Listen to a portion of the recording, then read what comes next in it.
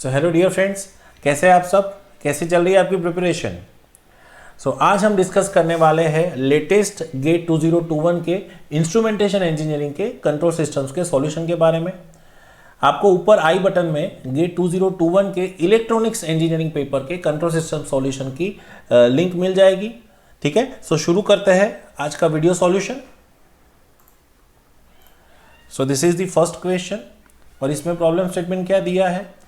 Taking n as a positive for clockwise encirclement, okay, otherwise negative, the number of encirclements of n around -1 plus 0 in the Nyquist plot of g of s, that is 3 upon s minus 1 is। हमें basically क्या देके रखा है? Open loop system देके रखा है 3 upon s minus 1। तो basic इसके ऊपर से हमें number of poles, open loop poles in right hand side मिल जाएंगे। वो कितने होंगे? 1, क्योंकि ये देखो s इक्वल्स टू +1 है जो राइट हैंड साइड पे है। अब अगर हम इसको यूनिट फीडबैक कंसीडर करें और इसके ऊपर से हम कैरेक्टरिस्टिक इक्वेशन फाइंड करें तो वो हमें क्या मिलेगी? 1 plus G of S H of S equals to 0। अब यूनिटी फीडबैक है मतलब के यूनिटी नेगेटिव फीडबैक है मतलब के H of S equals to 1। तो ये क्या हो जाएगा? 1 plus 3 upon S minus 1 that is equals to 0। तो इसको आप सिंप्लीफाई करोगे तो ये मिलेगा आपको s plus 2 that is equals to 0 और इसके ऊपर से ये मिला आपको -2। So what is this? So this is close loop pole. तो आप बोल सकते हैं कि ये सिस्टम को जब हम क्लोज लूप में लेते हैं तो ये पोल थोड़ा लेफ्ट हैंड साइड में मिलता है, मतलब कि number of close loop poles in right hand side 0 हो गए। तो ये दो इंफॉर्मेशन के ऊपर से क्या हमें नंबर ऑफ एनसर्कलमेंट नहीं मिल जाएंगे? Now what is the formula to find number of encirclement? तो number of encirclement is number of open loop poles in right hand side minus number of close loop poles in right hand side. तो आपको encirclement कितने मिलेंगे? That is 1 minus 0 that is equals to 1। तो ये क्या मिला आपको? Number of encirclement equals to 1, ये पॉजिटिव मिला। तो यहाँ पे क्या दिया है? Positive means clockwise encirclement. ठीक है, इस तरह से कर सकते हैं। दूसरी मेथड क्या है? दूसरी मेथड ये है कि आपको जी ऑफ एस दिया है तो इसके ऊपर से आप इसका पोलर प्लॉट बना सकते हो for a positive frequency and उसके ऊपर से आप नाइक्विस्ट प्लॉट बना सकते हो फॉर एंटायर फ्रीक्वेंसी रेंज और उसके ऊपर से आप जो ये एनसर्कलमेंट है वो फाइंड कर सकते हो। और एनसर्कलमेंट है वो आप ये कंसीडर करना है, अगर पॉजिटिव है तो क्लॉकवाइज एनसर्कलमेंट, नेगेटिव है तो नेगेटिव एनसर्कलमेंट, मतलब कि नेगेटिव है तो एंटी क्लॉकवाइज। ठीक है, आप दोनों में से कोई भी मेथड से कर सकते हो। Now let's see the next question. यहाँ पे क्या पूछा गया है? Consider the unity feedback configuration with a plant PID controller and g of s equals to 1 upon s plus 1 s plus 3 as shown in the figure. This is the PID controller transfer function with k being a scalar। तो ये जो k है वो इसे कहते हैं compensating gain या तो कॉमन गेन। ठीक है, तो आपको ये चार में से एक स्टेटमेंट सही है वो फाइंड करना है। तो सबसे पहले तो हमें पता है कि this is PID controller and this is plant. तो ये जो C ऑफ S है अगर हम उसको पोलिनोमियल फॉर्म में लिखें तो ये हमें मिलेगा K अपॉन S और यहाँ पे this is A plus B A minus B kind of factor. तो ये क्या मिलेंगे हमें? S plus 3 whole square A square minus B square. तो आप इसे सिंप्लीफाई करोगे तो ये क्या होगा? K बाय S और ये क्या मिलेगा? S square plus 6S plus 9, J square is -1 तो माइनस माइनस प्लस, तो यहाँ पे आपको मिलेगा S square plus 6S plus 10। तो ये आपको PID कंट्रोलर का ट्रांसफर फंक्शन मिल गया और सिस्टम का ट्रांसफर फंक्शन तो देखे ही रखा है G ऑफ S। आप इसे भी थोड़ा सा एक्सपांड कर सकते हो तो ये क्या मिलेगा? 1 upon S square plus 4S plus 3। अब हमें पता है कि ये फीडबैक कॉन्फ़िगरेशन में है, तो अगर हम फीडबैक कॉन्फ़िगरेशन में फाइंड करें तो ये सिस्टम का जो कैरेक्टरिस्टिक इक्वेशन है वो हमें क्या मिलेगा, that is 1 plus C of S into G of S equals to 0, क्योंकि here we have the unity feedback, H of S is 1 और ये नेगेटिव फीडबैक है। तो इसके ऊपर से हमें कैरेक्टरिस्टिक इक्वेशन क्या मिलेगा, that is 1 plus what is C of S, that is K, numerator में S square plus 6s plus 10 और डिनोमिनेटर में क्या आएगा, s into S square plus 4s plus 3 that is equals to 0। तो अगर हम इसे सिंप्लीफाई करेंगे तो ये होगा s cube plus 4s square plus 3s plus यहाँ पे क्या होगा, this is K square plus 6ks plus 10k that is equals to 0। तो अगर इसे मैं और सिंप्लीफाई करूँ तो मुझे ये जो पोलिनोमियल है उसमें जो ऑर्डर है s के, उसके कोएफिशिएंट मिलेंगे। s क्यूब का कोएफिशिएंट तो 1 रहेगा। अब s स्क्वायर तो उसका कोएफिशिएंट हमें क्या मिलेगा, that is k plus 4, okay. फिर s, तो s का कोएफिशिएंट हमें क्या मिलेगा, 3 प्लस 6k, ओके। और लास्ट में बचेगा 10k, so 10k equals to 0। अब हमें बेसिक चीज़ पता है कि अगर ये पोलिनोमियल है, इसके अगर ये कोएफिशिएंट अगर पॉजिटिव है तो ये कोएफिशिएंट अगर पॉजिटिव है, sorry, that is k plus 4 greater than 0, मतलब कि k इज़ ग्रेटर देन -4। यहाँ पे 3 अगर आप कॉमन ले लो तो यहाँ पे बचेगा 1 plus 2k, that should be greater than 0। तो आपको क्या मिलेगा, k should be greater than -0.5 और यहाँ पे क्या मिलेगा आपको, यहाँ पे you will be getting k greater than 0।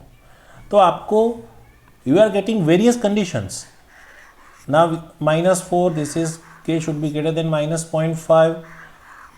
तो आप क्या बोल सकते हो इसके ऊपर से, सो इसके ऊपर से आप बोल सकते हो कि k must be greater then at least -4। चलो यही इंफॉर्मेशन का यूज करके देखते हैं 4 ऑप्शन। क्या बोला गया है, stable for all values of k, wrong, यही कंडीशन के लिए ये स्टेबल है। फिर only stable for k between -1 and +1, कहाँ पे -1, दिस इज फॉर -4 ना, so this is wrong. Only stable for k less than 0, only stable for k less than 0, no, क्योंकि बाकी की कंडीशन भी है हमारे पास। And only stable for k greater than 0, yes. So out of this 3, out of this 4, this is some kind of valid condition. Now क्यों, अब आप बोलोगे कि सर यहाँ पे तो ये कंडीशन है, बट डियर अगर हम यहाँ पे माइनस लेते हैं तो पीआईडी कंट्रोलर जो है उसका एक्शन रिवर्स हो जाएगा।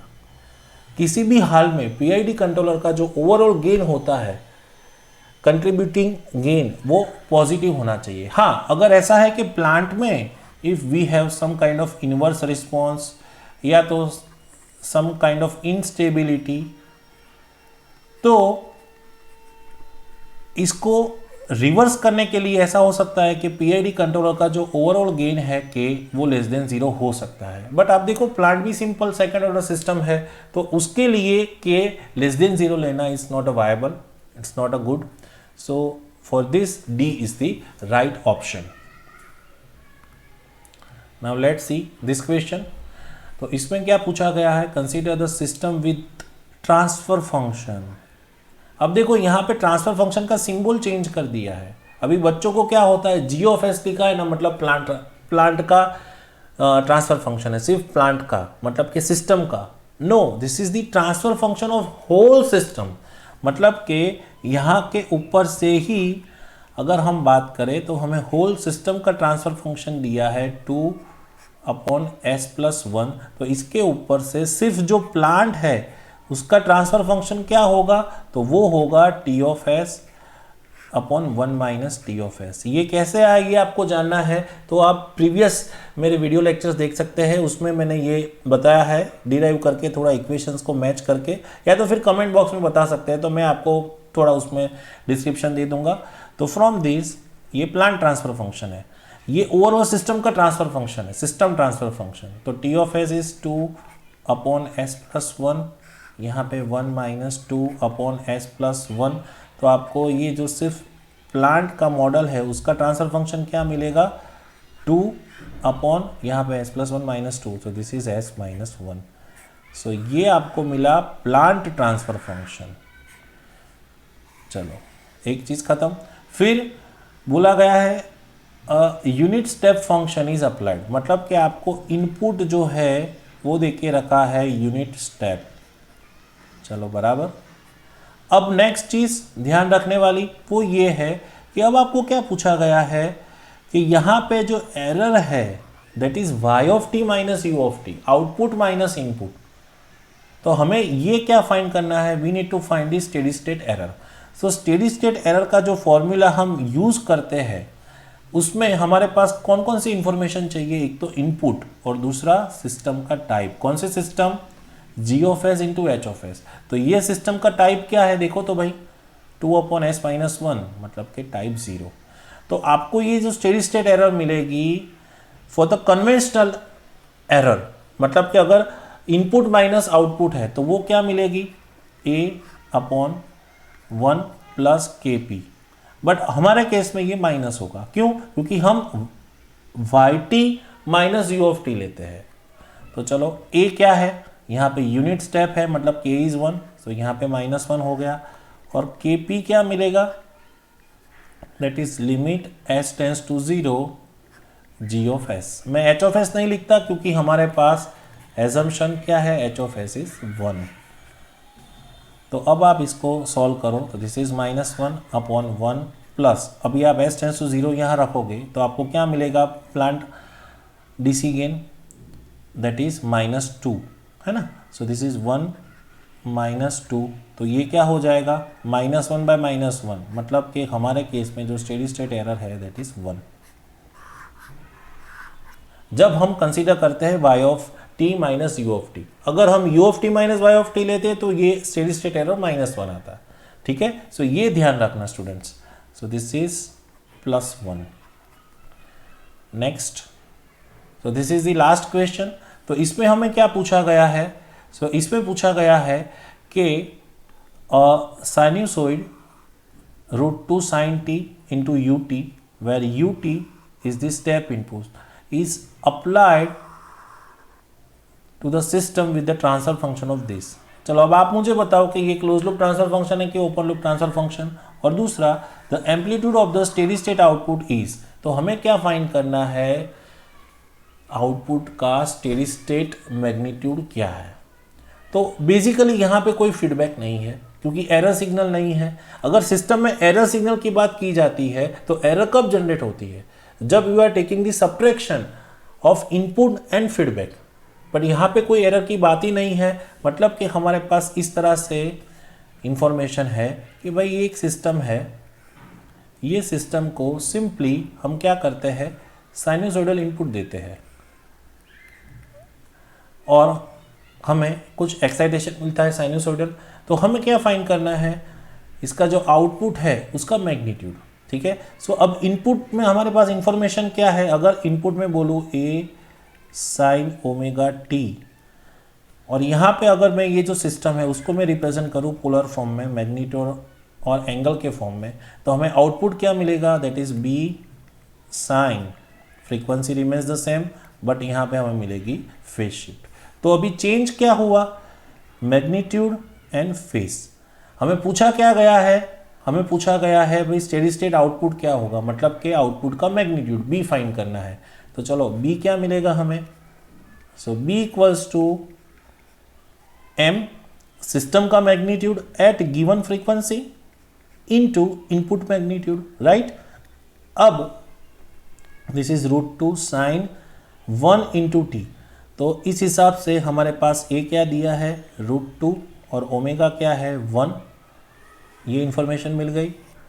तो ये इंफॉर्मेशन का यहाँ यूज करो।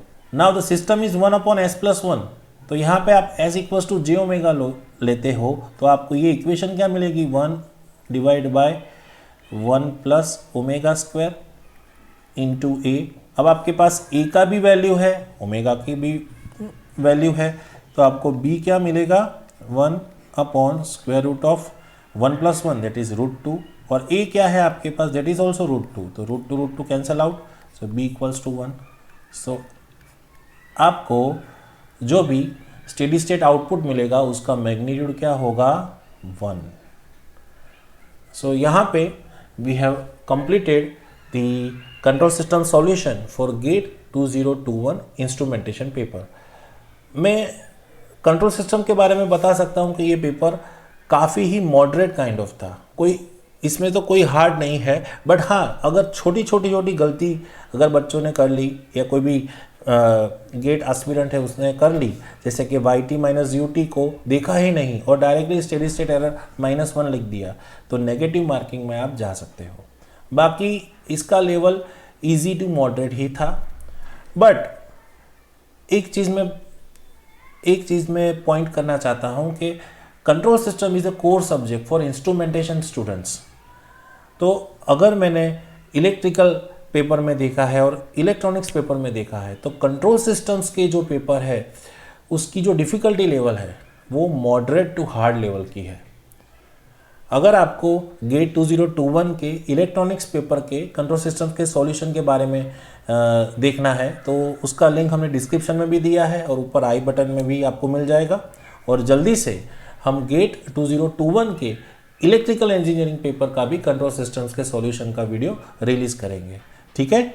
सो इसी तरह से हार्ड वर्क करिए, मेहनत करिए और प्लीज़ हमारी सी ये प्यारी सी चैनल को लाइक, शेयर और सब्सक्राइब कीजिए, ठीक है। Bye bye.